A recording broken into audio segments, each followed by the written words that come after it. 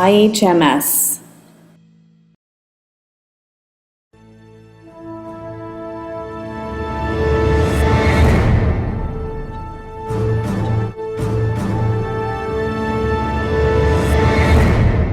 Open letter to the Ethiopian Islamic Affairs Supreme Council and Ethiopian Muslims at large. Dear Islamic leaders and Muslims, sometimes it takes a good fall to know where we stand. A thin but strong political tsunami has hit Ethiopian Muslims again.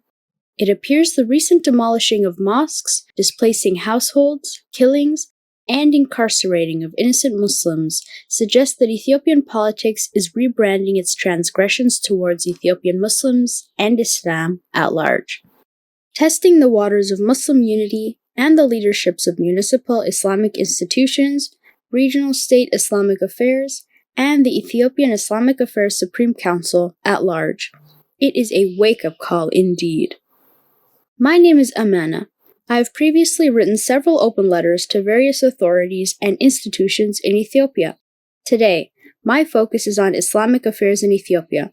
And let me also remind all Ethiopians of a few interrelated things before I proceed with some leadership issues and development activities related to Islamic institutions, leaders, and Ethiopian Muslims as a whole. A glance reminder for all Ethiopians. Let's face the facts and the truth.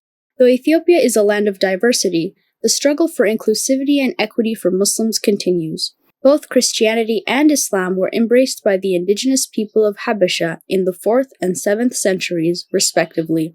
Abound sources, such as Law of Kings, indicate that Ethiopian Orthodox Christianity was outsourced from Syrian and Egyptian Coptic churches in the 4th century, 340 to 356 CE, under the rule of King Izana as a remedy for his depression. In fact, until the late 1950s, the heads of Ethiopian Orthodox churches were Egyptians, and the church's constitution, Kibre Negest, or Law of Kings, in its entirety was taken and translated from Arabic to Ge'ez, Amharic, and later into English in the 1960s at Addis Ababa University. These facts nullify the claim that Ethiopian Orthodox Christianity originated in Ethiopia. Both Orthodox Christianity and Islam did not originate in Ethiopia. Also, Protestant Christianity is a recent addition, insertion, and adaptation in Ethiopia.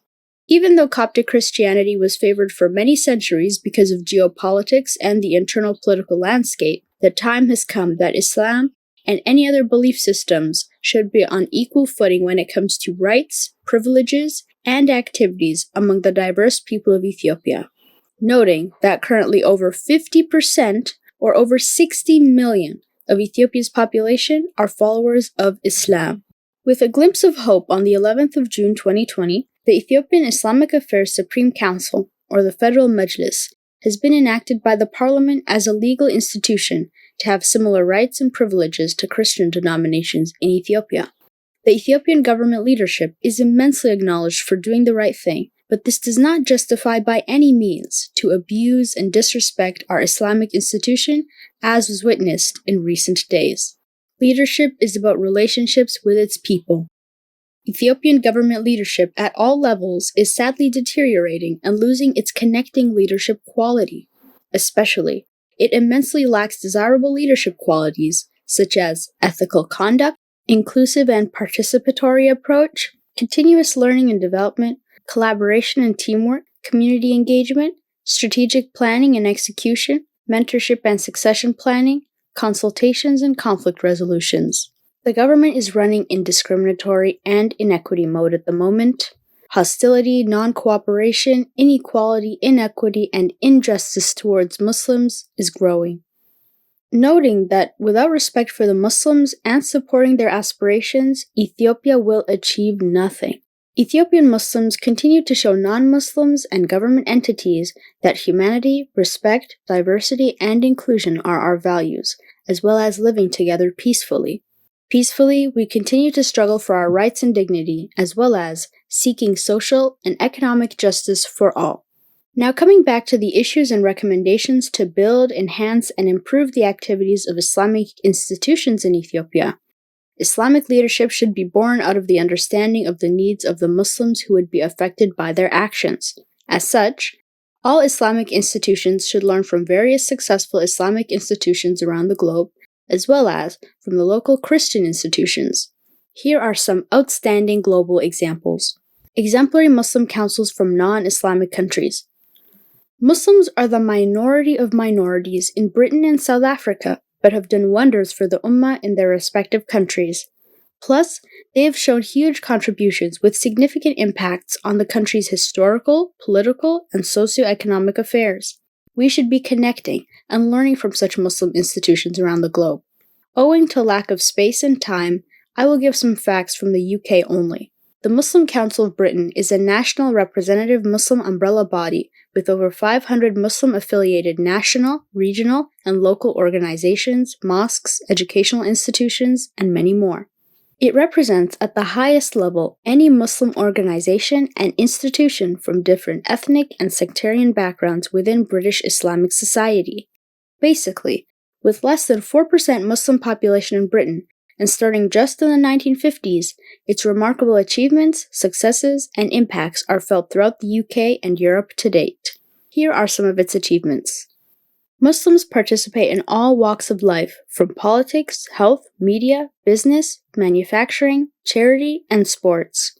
They built over 1,000 masjids throughout Britain. They built over 120 Islamic schools, academies, and hybrid schools. Students from these schools usually achieve over 90% success rates. They produced high-profile lawyers, politicians, health professionals, teachers, sportspersons, professors, media professionals, and many more. In politics, over 200 councillors, 4 MPs, 1 European parliamentarian, 5 House of Lords, and over 10 mayors, including the Mayor of London. They own several large, medium, and small businesses. They have over 5,500 Muslim millionaires in Britain alone.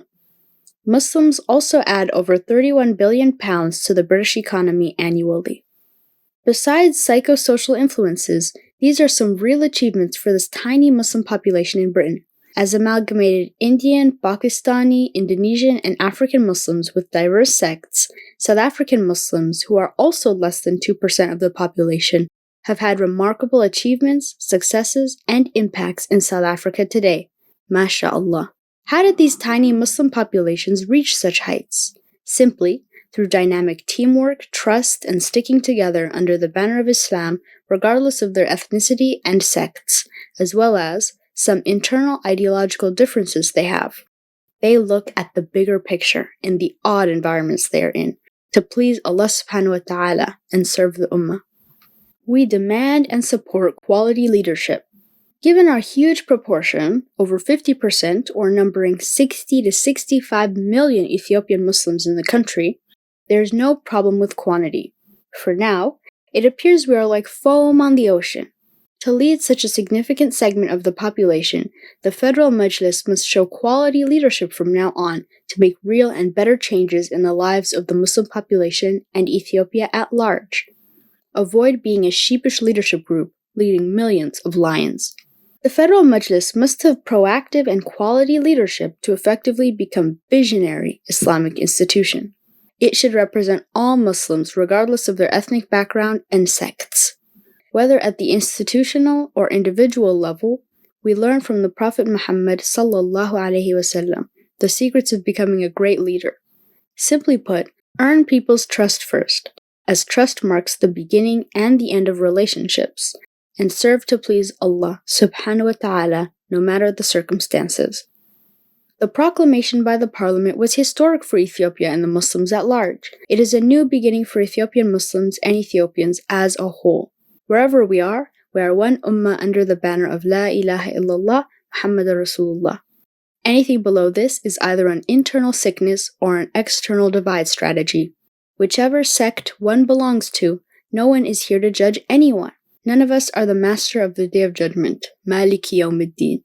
Let's leave the judgment of which sect is right or wrong, or which sect is awesome or not, to Allah subhanahu wa ta'ala.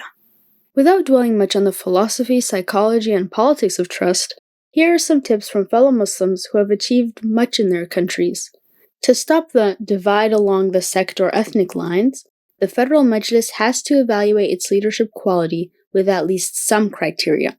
Number 1, truthfulness, serving to please Allah. Number 2, credibility, persons with credentials, experiences, and skills, and regional representations. Number 3, reliability, being responsible, accountable, and transparent. Number 4, serving the people, with no egotism, no selfishness, and no discrimination, all so that it can secure the trust and serve the people together. Noting that these are not exhaustive criteria, they should help to trash out some tribal or ethnic or sect differences, uncontrolled emotions, petty squabbles, and personal motives so that Ethiopian Muslims can move forward. What is ahead is significant and more important. Remember, no race, philosophy, ideology, politics, color, creed, wealth, position, or title is above Islam. Alluding to all of these, how will the Federal Majlis leadership proceed with the political, social, and economic development agenda as a public institution? Have a roadmap and prioritized activities. Now, coming back to our prioritized items and putting the dynamic young generation at the heart of Majlis's plans and activities, the Federal Majlis hopefully will consider the following short and long developmental agenda for societal debates, consultations, and implementations. Number 1. Education, education, education. Without education, we are incarcerated in deep darkness. Establish hybrid, primary, and secondary schools, colleges, and universities, blending Islamic and secular systems across the country. At least, an international Islamic University of Ethiopia with campuses in all the regional state capitals. This will also cater to Muslim students from the Horn and neighboring countries. Number 2. Mosques. Build magnificent masjids, museums, research, and dawah centers throughout Ethiopia. Revive, rehabilitate, and maintain historical mosques and learning centers in villages, towns, and cities. Let's uphold our natural right to have enough quality praying and burial sites, including in the city of Aksum. Number 3. Islamic banks. At least establish the National Islamic Bank of Ethiopia, branches across the cities and towns in Ethiopia. These will open opportunities for small businesses and entrepreneurship and enhances agricultural, manufacturing, and other sectors in the country. Number 4. Charity and NGOs. Since most poor peoples in Ethiopia are Muslims, these organizations will uplift and alleviate poverty among the Muslim population and prevent conversion to non-Muslim religions. Poverty is being used as a tool in converting Muslims to non-Muslim denominations, as many experiences have shown across the globe. Number 5. Youth and women organizations. We need to give special attention to these segments of the Muslim population, as they are the engine of survival for the Muslim Ummah everywhere.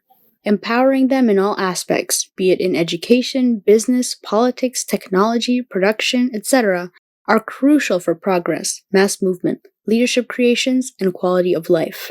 Number 6. Media, media, and media. Media is dubbed as the fourth arm of any government. It communicates to the mass instantly and influences public opinion. It is the hub of information, misinformation, and disinformation. No matter what, Ethiopian Muslims need to be heard more. To better communicate among ourselves, educate others about Islam, defend ourselves from Islamophobes, we need national Islamic TV and radio stations. We definitely need media that propagates, educates, and informs in a timely fashion. Without its media, the Federal Majlis could not properly function, serve, and have relationships with Ethiopian Muslims at large. We need independent national media. I hope the honeymoon is over for elected Islamic leaders. It's time to roll up your sleeves, focus, create a roadmap, and implement it in a timely fashion. Hopes are very high, and the Federal Majlis will be a visionary and proactive Islamic institution to progress and work with the Ummah for the Ummah. We also believe that all Ethiopian Muslims must courageously support their Islamic institutions at local, regional, and federal levels so that they can lead Ethiopian Muslims for the things we all colorfully dream and deserve. We have much more to do together as a team, as our victories have yet to come. When checking facts, the Ethiopian Islamic Supreme Council has yet to stand on its feet to serve its people. It needs strong backing up from its diverse people and relentless support from communities worldwide. My last words. Without getting much into the details, we are not yet out of the anti-Islam woods. With no exception to Ethiopia, Islamophobes are unabatingly spreading their hateful messages around the globe. Ethiopian paranoid deacons, preachers, unprofessional reporters, biased human rights lawyers, fanatic and deceptive individuals are always engaged in spreading misinformation, disinformation, and assimilation messages to undermine the efforts of Ethiopian Muslims. We have to be hyper-aware of the pushbacks, sabotages, and tools to divide us, and sometimes using internal bugs and political maneuvers with complacent, highly positioned Muslim ministers, politicians, and authorities, as it were. We should be constantly on the watch for such sellouts and dividing personalities so that internal minor differences cannot be exaggerated to slow us down from our vision. We cannot afford our Islamic identities to be compromised and our youthful population to be hijacked. No matter what, let's hold to the rope of Islam collectively. We stand together to reach our goals of making our people better and the country prosperous, inshallah. This is Amana Ahmed Al-Abadir.